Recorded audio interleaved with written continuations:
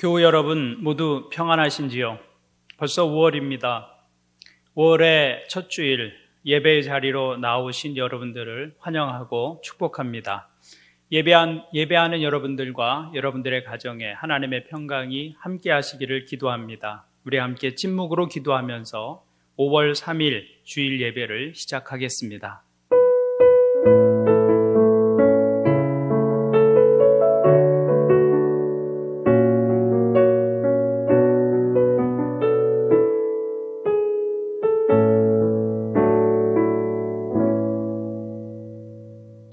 주님을 경외하며 주님의 명에 따라 사는 사람은 그 어느 누구나 복을 받는다. 내 손으로 일한 만큼 내가 먹으니 이것이 복이요 은혜이다. 내 집 안방에 있는 내 아내는 열매를 많이 맺는 포도나무와 같고 내 상에 둘러앉은 내 아이들은 올리브 나무의 묘목과도 같다. 주님을 경외하는 사람은 이와 같이 복을 받는다. 아멘. 우리 함께 찬양 드리시겠습니다. 두 손 들고 찬양합니다. 이 찬양을 함께 부르시겠습니다.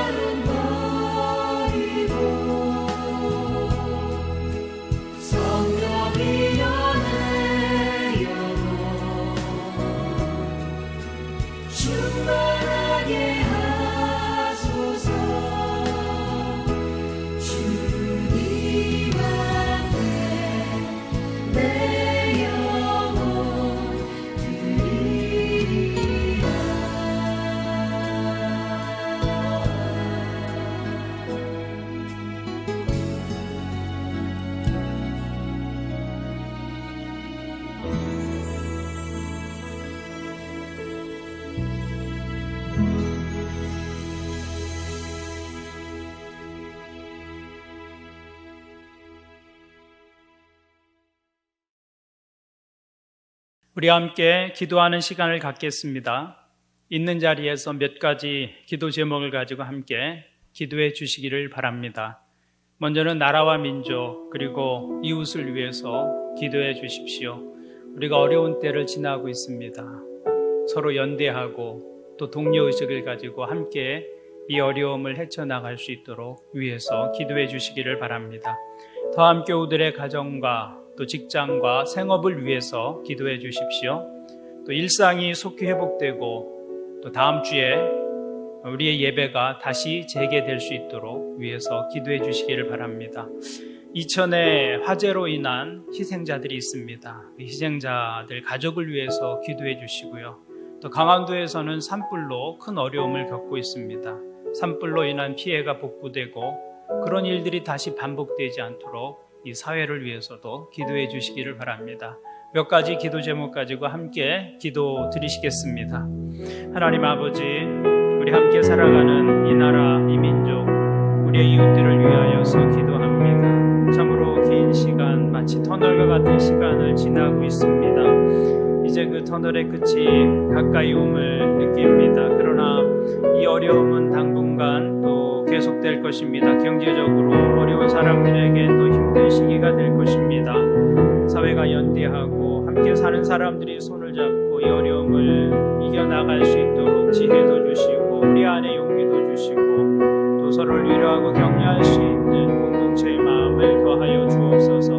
더함교우들의 가정과 직장과 생업을 축복하며 기도합니다. 우리 사는 곳 그러나 하나님께서 주인 되신 것을 기억하며 성실하게 땀 흘리며 살 때 하나님의 공급하심이 멈추지 않는 축복을 더하여 주시옵소서. 하나님, 감사하게도 코로나19의 상황이 진정되고 일상이 조금씩 회복되고 있습니다.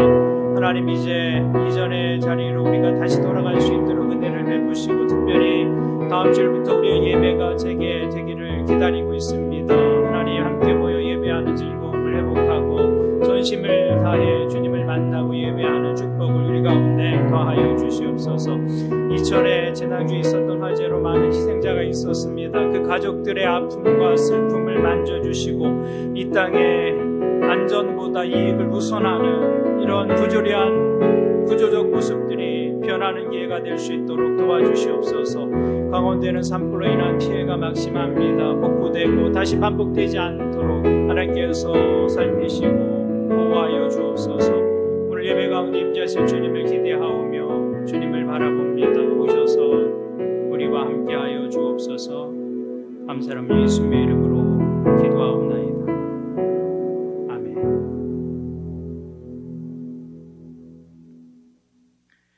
우리를 대표해서 성소연 자매님이 기도해 주시겠습니다. 거룩하신 하나님, 전 세계가 혼란한 상황 가운데 우리가 각자의 자리에서 같은 마음으로 예배합니다. 두세 사람이 내 이름으로 모여있는 자리, 거기에 내가 그들 가운데 있다. 지금 이 시간 우리와 함께 하시는 한 성령님을 찬양합니다. 우리의 예배를 받아주십시오. 코로나19로 인한 확진자 수가 감소하고 있습니다. 우리에게 투명하고 적절한 대처와 사명감을 가지고 헌신하는 의료진을 주셔서 감사합니다. 그러나 여전히 우리는 두렵고 또 한치 앞을 예상할 수 없습니다. 일상의 삶은 기대보다 멀어졌고 그리워하지만 만날 수 없고 배움의 자리도 모두 비어 있습니다. 평범했던 하루는 소원이 되었고 우리는 우리의 약함을 이제야 깨닫습니다. 사실은 매일의 일상이 신실하신 하나님의 은혜였음을 고백합니다. 무엇보다 삶이 어려워진 이들을 기억하여 주십시오. 코로나19로 투병하는 환자들과 격리된 사람들, 밤낮으로 애쓰는 의료진과 공무원들을 돌보아 주십시오. 어린아이들과 어르신들이 계신 가정을 보호해 주시고 침체된 경기로 가게가 어려워진 이들에게 적절한 도움을 더하여 주십시오. 또한 열악한 환경 가운데 검사도 시행하지 못하고 있는 어려운 나라들과 넘쳐나는 환자들을 수용할 수 없는 이 모든 상황을 기억하여 주십시오. 하나님, 우리는 각자의 자리에서 주님의 일을 돕겠습니다. 어려운 이들에게 나누고 나의 권리를 포기하기도 하며 막연한 두려움에 불필요한 것을 모으지 않고 정해진 규칙보다 더 높은 도덕적 기준의 삶을 살아 흠없는 그리스도인으로 서겠습니다. 행동하는 삶을 살도록 우리에게 용기를 더하여 주십시오. 세계가 어려운 가운데 역설적으로 자연은 회생하고 있습니다. 창조된 본래의 모습을 회복하고 있습니다.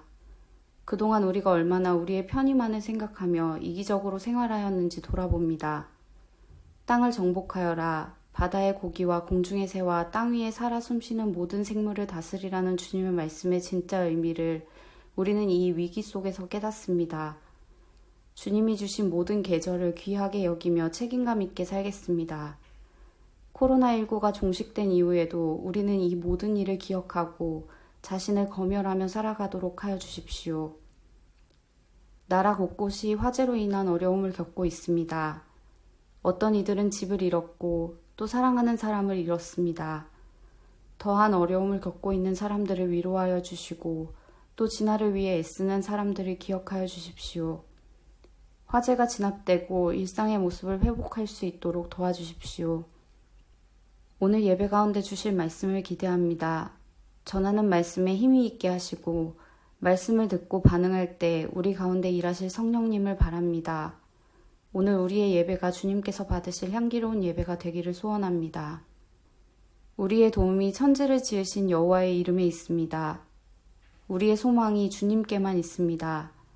얼굴을 대면하여 함께 예배하고 무더운 여름을 만끽하게 되기를 소원합니다. 이 모든 말씀 생명의 근원 되시는 예수 그리스도의 이름으로 기도합니다. 아멘.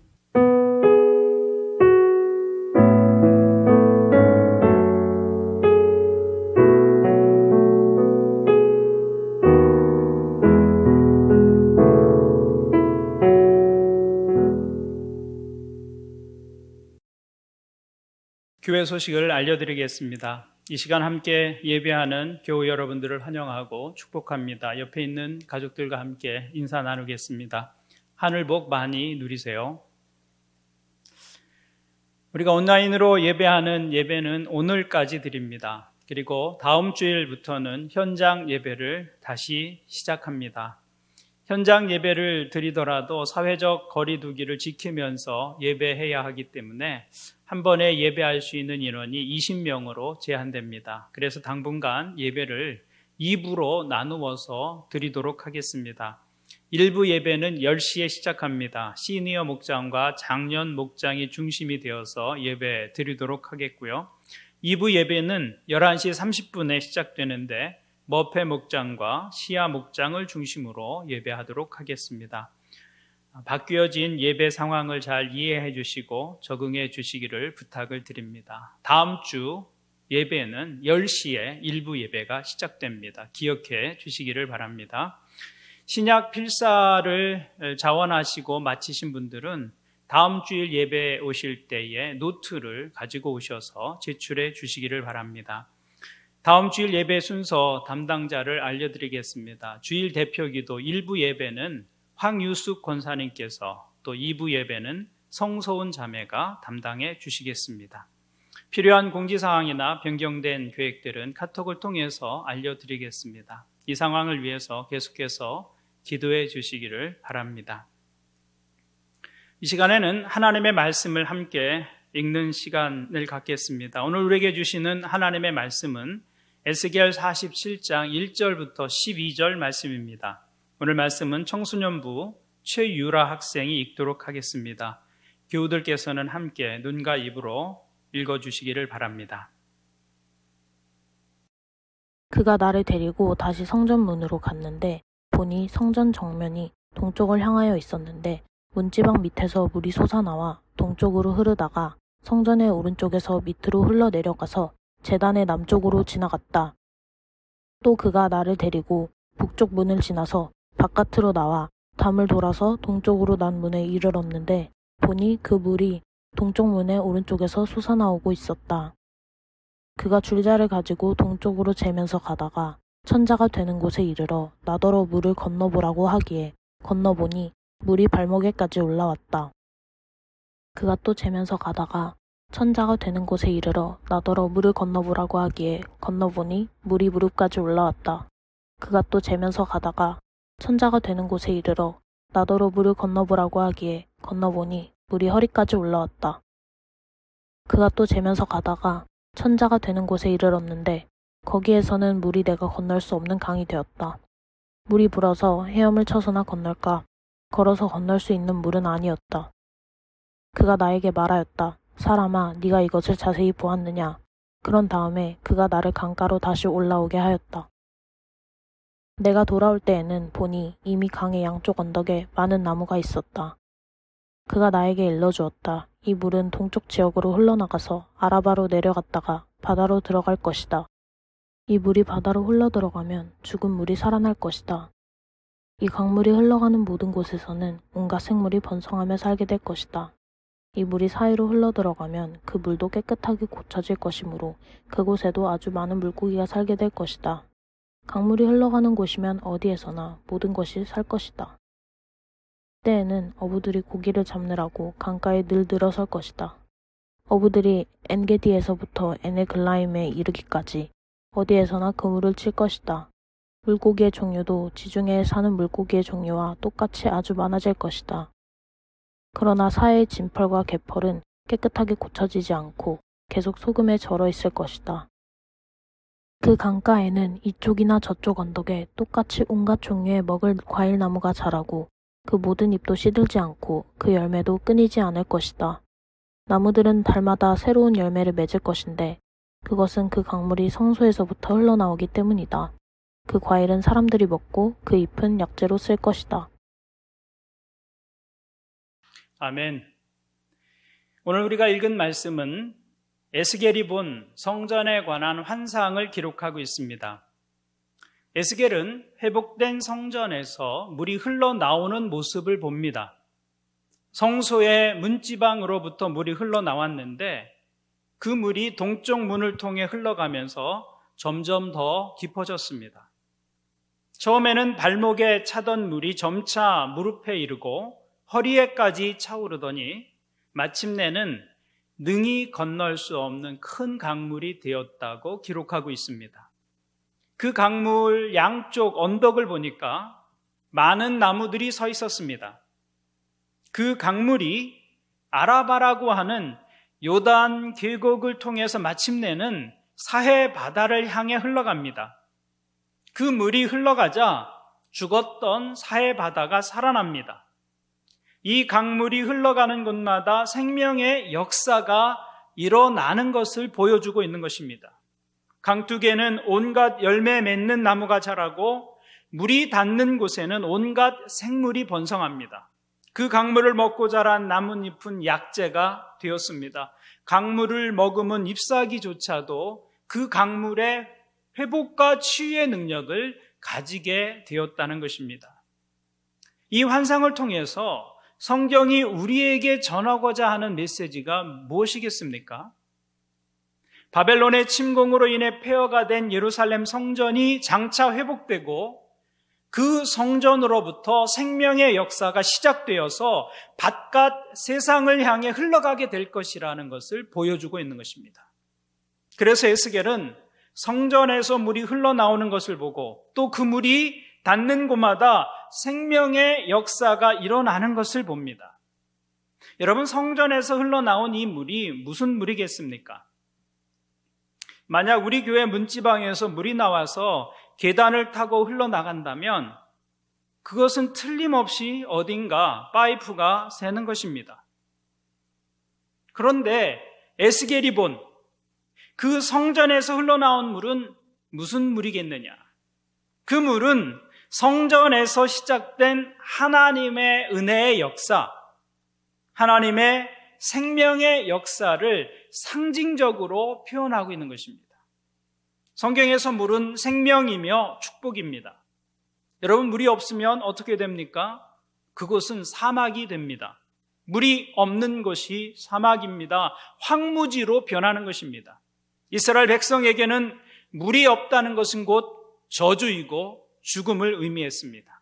그래서 성경에서는 이 물을 생명으로 표현하고 있는 것이죠. 그런데 이 물이 어디에서 흘러나온다고 말씀하고 있습니까? 바로 하나님의 성전에서 그 물이 흘러나온다는 것입니다. 이 말씀은 매우 상징적인 뜻을 가지고 있습니다. 그것은 곧 성전이 회복되고 살아남으로 세상 전체가 살아난다는 것을 의미합니다. 그것이 우리에게 보여주는 것은 세상의 중심은 바로 성전이라는 것입니다. 성전이 세상의 중심입니다. 그래서 성전이 죽으면 세상도 죽습니다. 그러나 성전이 회복되면 이 세상도 회복됩니다. 에스겔의 환상이 그것을 우리에게 보여주고 있는 것이죠. 에스겔이 살던 당시에는 성전이 파괴되어 있었습니다. 그래서 예배도 죽고 찬양도 죽고 말씀도 더 이상 들리지 않았습니다. 그로 인해서 하나님과 인간 사이가 막혀버렸습니다. 하나님에게 이르는 생명의 통로가 막혀버린 것입니다. 그것이 이스라엘 백성들이 바벨론의 포로로 끌려온 상황을 이야기해주고 있는 것이죠. 그러나 그 무너진 성전이 다시 회복된다는 것입니다. 그러면 거기로부터 세상을 살리는 생명의 물줄기가 다시 세상 곳곳을 향해 흘러 들어갈 것이며 그렇게 해서 세상이 다시 살아나게 된다는 것을 말씀하고 있는 것입니다. 그런데 여기 성전이 세상의 중심이라는 말씀은 눈에 보이는 건물을 의미하고 있는 것은 아닙니다. 성전이란 하나님과 인간이 만나는 곳입니다. 그것이 성전의 본래의 의미입니다. 하나님과의 만남이 없다면 그 건물이 아무리 종교적인 형상을 따라 지어졌다 해도 성전이라고 할 수 없을 것입니다. 따라서 성전이 세상의 중심이라는 말은 하나님과의 만남, 하나님과의 관계가 삶의 중심이라는 의미입니다. 그래서 하나님과의 관계가 부실해지면 우리의 삶 전체가 부실해지는 것입니다. 에스겔의 환상에 의하면 모든 생명의 존재는 이 하나님과의 관계에 달려있는 것입니다. 그리고 그것이 사실입니다. 여러분이 지구를 한번 생각해 보십시오. 우리가 사는 이 지구는 태양의 절대적인 영향을 받고 있습니다. 태양이 없이 지구는 존재하지 못합니다. 태양에서부터 조금만 더 멀어지면 지구는 얼음덩어리가 됩니다. 또 조금만 더 가까워지면 불덩어리가 되죠. 지구는 태양과 절대적인 영향을 주고받습니다. 태양 없이 지구 없습니다. 그런데 그 태양을 만드신 하나님 없이 우리가 존재한다는 것은 상상할 수도 없는 일이다라는 것이죠. 그래서 성전이 세상의 중심이 되는 것이고 하나님과의 만남, 하나님과의 관계가 우리 삶의 중심이 된다고 말할 수 있는 것입니다. 그런데 이 성전이 신약에 와서는 예수 그리스도 자신을 의미하고 있습니다. 예수님께서 요한복음 2장 19절에서 이렇게 말씀하셨습니다. 이 성전을 허물어라. 그러면 내가 사흘 만에 다시 세우겠다. 그리고 성경은 이 말씀을 이렇게 해석하고 있습니다. 요한복음 2장 21절을 보니까 그러나 예수께서 성전이라고 하신 것은 자기 몸을 두고 하신 말씀이었다. 예수님은 땅에 있는 이 눈에 보이는 성전을 허무시고 골고다 십자가 위에서 새로운 성전을 세우셨습니다. 곧 자기 육체를 찢어서 세우신 성전입니다. 그 십자가 아래에서 죄인인 우리가 하나님을 만나는 것이죠. 바로 거기가 성전입니다. 그러므로 그 성전은 예수 그리스도 자신을 의미하는 것입니다. 그런데 주님은 거기에서 한 걸음 더 나아가셔서 이 성전을 예수 그리스도를 영접한 모든 그리스도인들에게로 확대하셨습니다. 그래서 요한복음 7장 38절을 보면 주님께서 이렇게 말씀하셨습니다. 나를 믿는 사람은 성경이 말한 바와 같이 그의 배에서 생수가 강물처럼 흘러나올 것이다. 에스겔이 환상 속에서 본 것은 성전으로부터 생수가 흘러나오는 것이었습니다. 그런데 신약에 와서는 예수 그리스도께서 곧 성전이 되시기 때문에 그를 영접한 사람들, 곧 그를 믿는 사람들은 곧 자기 안에 성전을 가진 사람이 되는 것입니다. 그래서 그 믿는 사람의 배에서 생수의 강물이 흘러나온다라고 주님께서 말씀하시는 것이죠. 사도 바울은 이것을 단적으로 이렇게 설명하고 있습니다. 고린도전서 3장 16절을 보니까 여러분은 하나님의 성전이며 하나님의 성령이 여러분 안에 거하신다는 것을 알지 못합니까? 그러니까 성경에 의하면 이제 그 성전은 누구라는 말입니까? 예수 믿는 한 사람 한 사람이 바로 그 성전이 된다는 것입니다. 여러분은 걸어 다니는 성전입니다. 그래서 에스겔이 본 환상은 오늘날 모든 그리스도인들에게 적용이 되는 것입니다. 에스겔이 본 환상은 성전 문지방에서 생명수의 강이 터져나와 밖으로 흘러서 모든 생명을 살게 하는 것이었습니다. 이처럼 예수 그리스도를 믿는 사람에게는 예수님으로부터 성령의 생수가 흘러들어와 밖으로 흘러나갑니다. 예수를 믿는 내 안에 생명수가 항상 흐르고 있어서 어디 가서 누구를 만나든 내 속에 흐르는 그 성령의 생수로서 사람들을 살게 하는 존재로 우리가 변화되었다는 것입니다. 그렇다면 여러분은 성전의 구실을 해야 한다는 것입니다. 우리 안에 있는 성령의 생수가 우리 밖으로 흘러나가는 그런 성전의 역할을 해야 한다는 것이죠. 우리 안에 있는 생명의 물이 우리 밖으로 흘러 넘치게 해서 이제는 다른 사람들을 살게 해야 합니다. 이것이 우리 주님께서 우리 믿는 한 사람 한 사람을 향해 가지고 계신 비전이고 또 모든 교회를 향한 비전이라는 것입니다. 그러므로 여러분 자신이 사람들이 하나님을 만나는 통로가 되어야 하는 것이죠. 그것이 바로 여러분을 통해서 생수의 강이 흘러간다는 의미입니다. 그래서 교회와 그리스도인의 삶은 영혼 구원의 삶과 분리될 수 없는 것입니다. 저는 우리 교회와 우리 성도님들이 바로 그런 분들이 되시기를 바랍니다.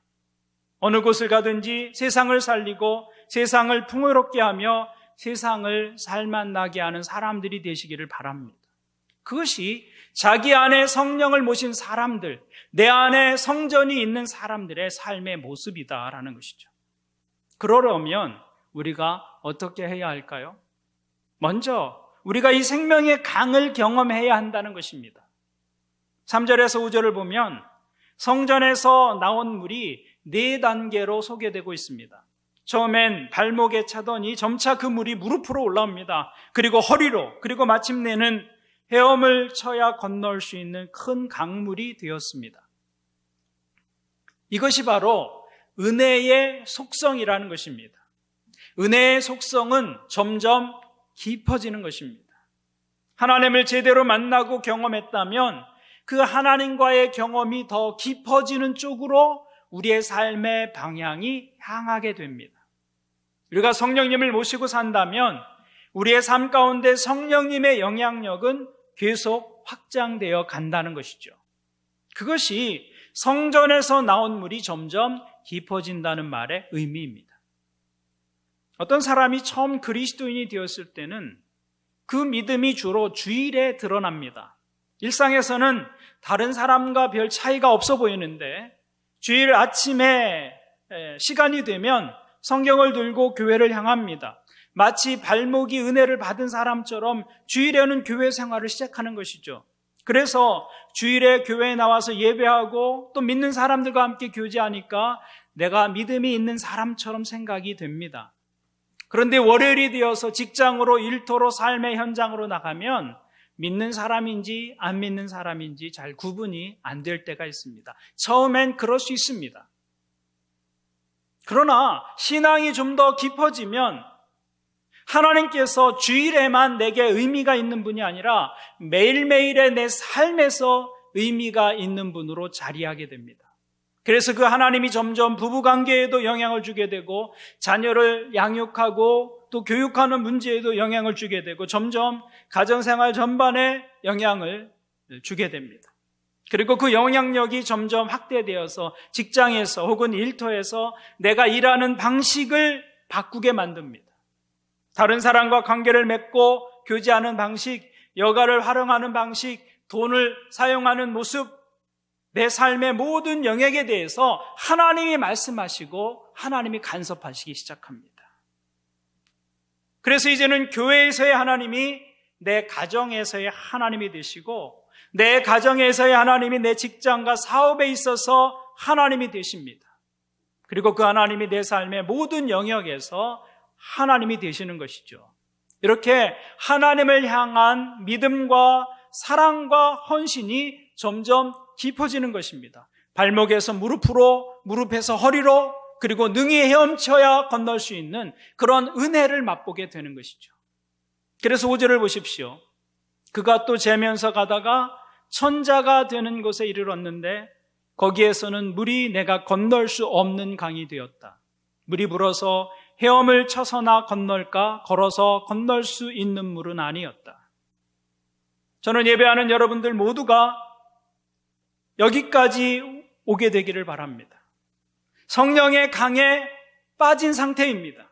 여러분, 그리스도인의 신앙과 삶에는 더 깊이 들어가야 할 깊은 곳이 있습니다. 저는 여러분들이 그저 교회를 다니는 정도의 삶이 아니라 더 깊은 곳을 향하는 믿음과 삶이 되시기를 바랍니다. 생수의 강이 그래서 여러분의 삶을 통해서 흐르는 그런 삶을 살아가는 것입니다. 우리가 그런 인생을 살면 우리를 통해서 어떤 일이 일어날까요? 6절부터 7절을 보십시오. 그런 다음에 그가 나를 강가로 다시 올라오게 하였다. 내가 돌아올 때에는 보니 이미 강의 양쪽 언덕에 많은 나무가 있었다. 에스겔은 성전에서 시작된 물이 사람이 능히 건널 수 없는 큰 강이 되어 흐르는 것을 보았습니다. 그리고 그 강의 좌우를 보니까 거기에 많은 나무들이 있었습니다. 싱싱하고 사철 푸른 나무들이었습니다. 이것은 시편 1편의 말씀을 생각나게 하는 장면입니다. 그는 시냇가에 심은 나무가 철 따라 열매를 맺으며 그 잎이 시들지 아니함 같으니 하는 일마다 잘 될 것이다. 여러분, 이 말씀은 성령이 충만한 사람들의 삶을 묘사하고 있는 것입니다. 성령이 충만한 사람들의 인생은 마르지 않는 나무와 같습니다. 마르지 아니할 뿐만 아니라 과실을 풍성하게 내는 것입니다. 성령이 임하고 성령과 함께 동행하는 사람들의 주위에는 언제나 차고 넘치는 열매가 있다는 것입니다. 열매가 있다는 것은 젊고 싱싱하다는 것이죠. 그러니까 누가 청춘이냐? 이 열매가 있는 인생이 청춘이라고 말할 수 있는 것이죠. 마르지 않는 인생이 청춘입니다. 그러니까 육체적 나이가 청춘을 결정하는 것이 아닙니다. 하나님의 은혜가 청춘을 결정하는 것입니다. 하나님의 은혜가 있는 인생이 청춘입니다. 하나님의 은혜가 있으면 사막처럼 메마른 인생이 울창한 숲과 같은 인생이 됩니다. 고목나무처럼 메마른 인생이 물 오른 싱싱한 인생이 되는 것이죠. 그러나 아무리 나이가 그런 인생은 아무리 나이가 들어도 청춘이다라는 것이죠. 이런 인생은 시들지 않습니다. 날마다 새로운 은혜가 있습니다. 삶의 보람이 있고 기쁨이 있습니다. 나이와 상관없이 그런 인생이 청춘이다라는 것이죠. 저는 우리 교회 어르신들이 이런 인생을 사시는 분들이 되기를 바랍니다. 그러나 은혜의 감격이 없는 인생은 육신의 나이가 젊어도 젊은 것이 아니다라는 것입니다. 그런 인생은 삶에 조그만 어려움이나 고난이 있어도 금세 시들어버리고 맙니다. 그러나 하나님의 은혜가 있는 인생은 시들지 않습니다. 저는 여러분들의 인생이 늘 푸른 인생이 되기를 주님의 이름으로 축원을 드립니다. 생수의 강이 지나는 곳에 그런 나무들이 있다는 것입니다. 생수의 강이 지나는 곳에는 나무들이 다 살아납니다. 죽은 강도 살아납니다. 그리고 8절을 보십시오. 이 물은 동쪽 지역으로 흘러나가서 아라바로 내려갔다가 바다로 들어갈 것이다. 이 물이 바다로 흘러 들어가면 죽은 물이 살아날 것이다. 성전으로부터 흘러나온 생수의 강이 어디까지 흘러갔습니까? 아라바, 요단의 계곡을 통해서 어디로 들어갑니까? 바다로 들어간다. 근데 이 바다는 지금의 사해 바다를 말씀하고 있는 것입니다. 사해는 요단강으로부터 물이 흘러 들어오는데 흘러나가는 곳은 없습니다. 그래서 물이 흘러나가지 않고 그대로 증발해 버리기 때문에 사해물은 지중해보다 5배가 짜다고 합니다. 그래서 그곳에는 물고기는커녕 주변의 풀 한 포기조차 자라지 못하는 황량한 곳이 됩니다. 사해는 말 그대로 죽음의 바다입니다. 누가 이 죽은 바다를 살려낼 수 있겠습니까? 여러분, 지자체에서 오염된 실개천 하나를 살리는 것도 매우 어려운 일입니다. 시간이 많이 걸리는 일입니다. 그런데 바다를 살려낸다는 것이죠. 성전에서 흘러나온 생명의 물이 죽음의 바다를 덮어버리고 그 죽음의 바다를 생명의 바다로 바꾸어 버린다는 것입니다. 이것이 우리에게 의미하는 것이 무엇입니까? 우리가 정말 성령이 거하시는 하나님의 집이고 성전이라고 한다면 우리 안에서 흘러나온 하나님의 거룩한 생명이 우리 가정을 살리게 되고 그것이 흘러넘쳐서 이 사회를 살리고 변화시키는 영향력이 된다는 것입니다.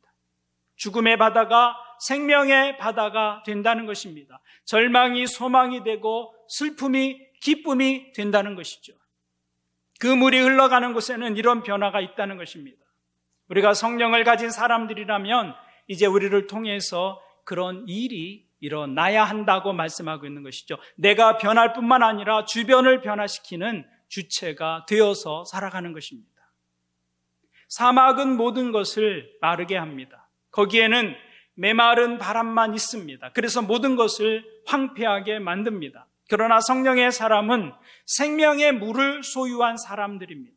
그 사람은 자신이 그 물로 인해 변할 뿐만 아니라 자신의 주위도 변화시키는 능력을 가지고 있습니다. 그래서 내가 변할 뿐 아니라 주변과 상황을 변화시키는 주체가 되는 것, 환경의 추종자가 되는 것이 아니라 환경마저도 변화시키는 사람이 되어서 살아간다는 것입니다.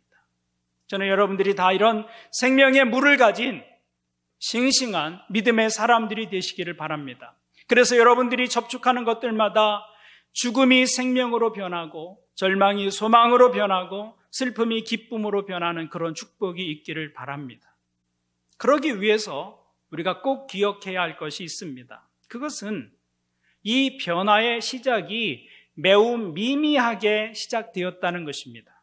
우리는 크고 풍성한 변화를 당장에 보기를 원합니다. 당장에 큰 것을 소유하고 얻기를 원합니다. 그렇지만 오늘 말씀은 그 큰 강물의 시작이 성전 문지방에서 스며 나오는 작은 물에서부터 시작되었다고 말씀하고 있습니다. 그러고 보면 성경에서 나오는 큰 변화들은 대부분 매우 작은 것에서부터 시작된 것을 볼 수 있습니다.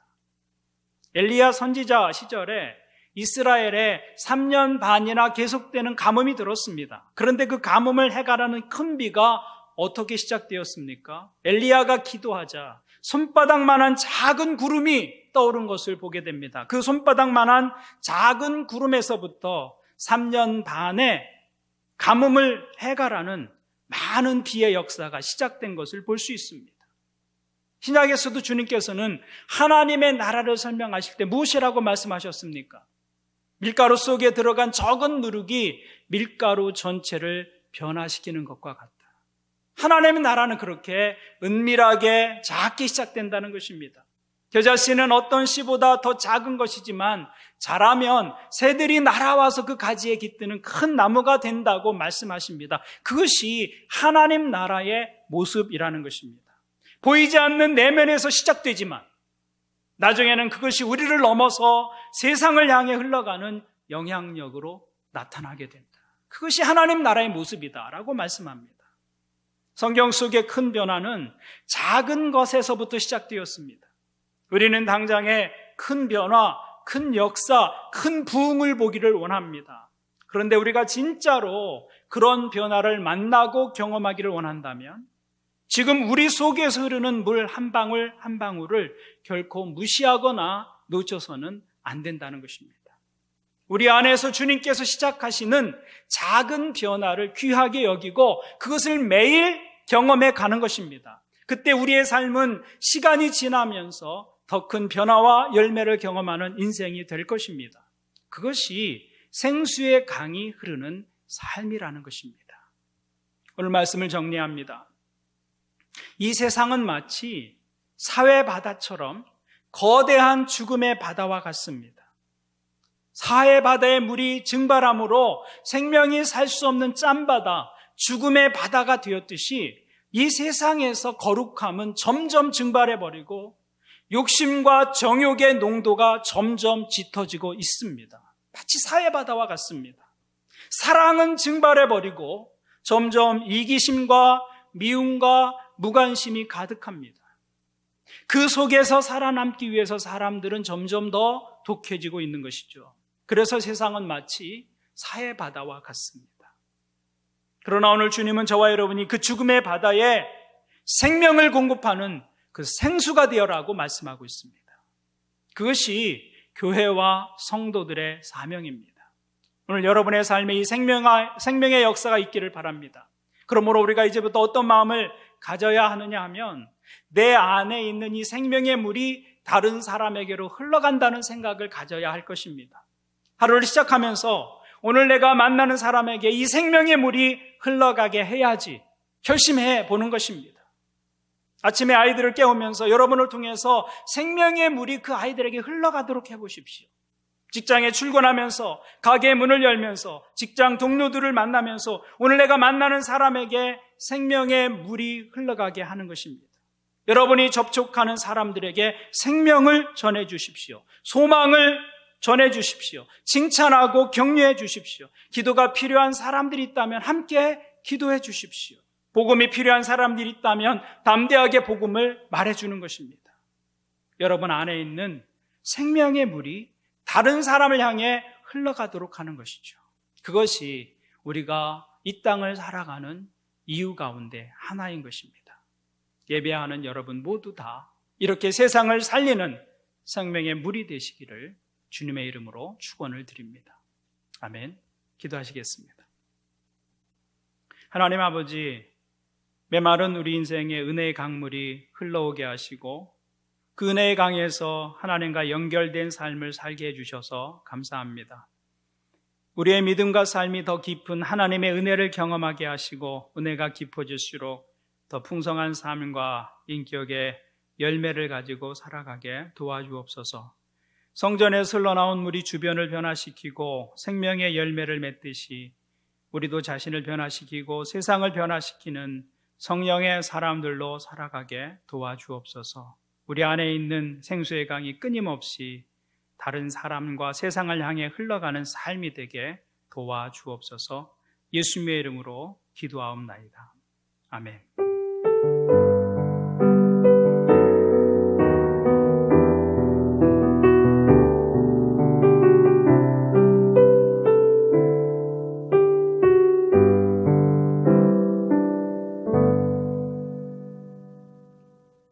우리 말씀을 생각하면서 함께 이 찬양을 부르겠습니다. 물이 바다 덮음같이.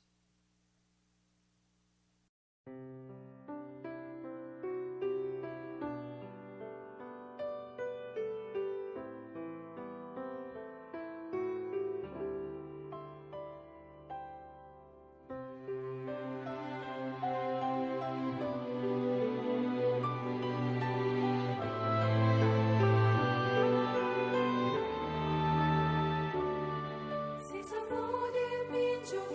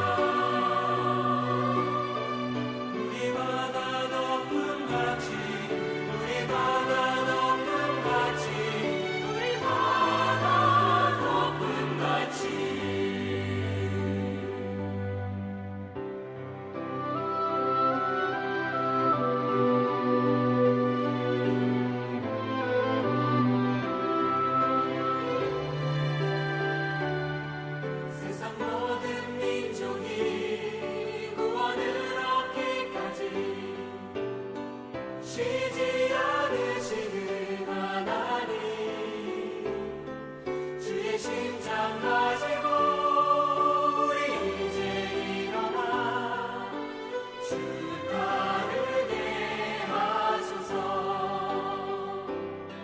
세상 모든 육체가 주의 영광 보도록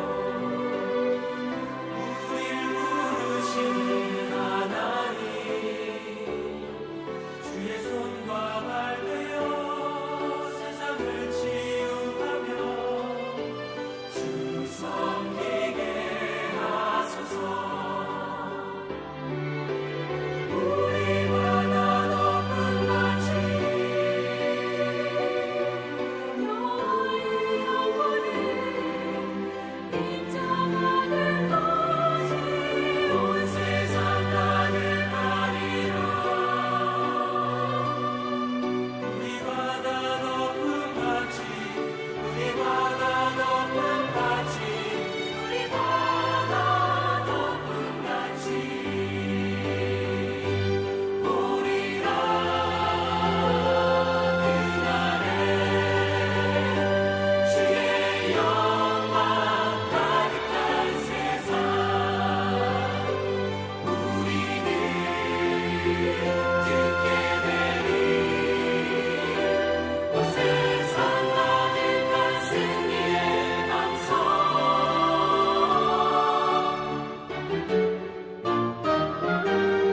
우리 바다 높은 밭이 여호와의 영광을 인정하는 것이 온 세상 가득하리라. 우리 바다 높은 밭이 우리 바다 높은 밭이 우리 바다 높은 밭이 우리 바다 높은 밭이 여호와의 영광을 인정하는 것이 온 세상 가득하리라. 우리 바다 높은 밭이 우리 바다 높은 밭이 우리 바다 높은 밭이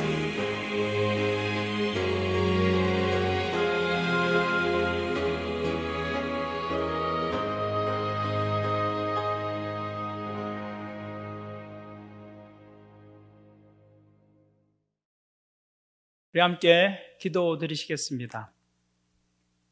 이제 평안한 마음으로 세상에 돌아가십시오. 선한 일에 용기를 가지시며 악을 악으로 갚지 마십시오. 항상 연약한 자를 도우시며 병든 자를 찾아보시며 곤란당하는 이웃을 위로하십시오. 모든 사람을 존경으로 대하시며 주님께 봉사하고 주님을 사랑하십시오. 모든 일을 믿음과 사랑으로 행하시며 어떠한 일에도 소망을 포기하지 마십시오. 그리고 거룩하신 성령님께 순종하여 기쁨과 감사의 생활을 해나가십시오. 우리 하나님 아버지께서는 여러분을 항상 도와주실 것입니다. 하나님 아버지, 이 시간 예배하고 또 일상의 자리로 돌아갑니다. 오늘 예배에 담긴 우리의 마음, 또 주님을 향한 우리의 감사를 제물로 받아 주옵소서. 우리 안에 있는 염려와 불안과 두려움을 가져가시고 하나님 안에 있는 평화와 기쁨, 또 소망으로 우리의 영혼을 채워 주옵소서. 특별히 물질을 드리고 헌신하는 이들을 기억해 주시고 날마다 하나님의 공급하시는 은혜가 멈추지 않게 도와주옵소서.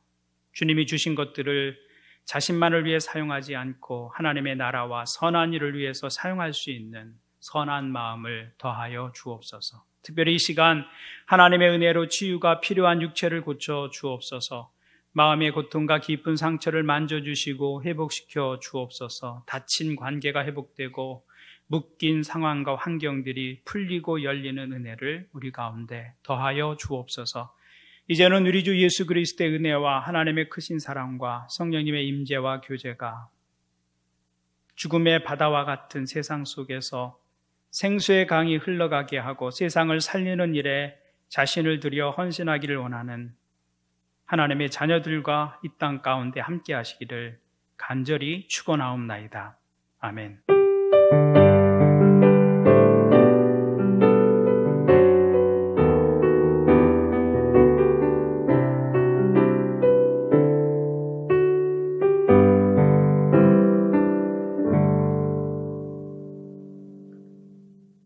이것으로 예배를 마치겠습니다. 이제 삶의 자리에서 하나님과 동행하는 삶을 살아가십시오. 하나님께서 여러분에게 평안 주시고 건강과 안전 지켜주시기를 기도합니다. 그리고 다음 주에는 교회에서 만나 뵙도록 하겠습니다. 하늘 복 많이 누리세요. 감사합니다.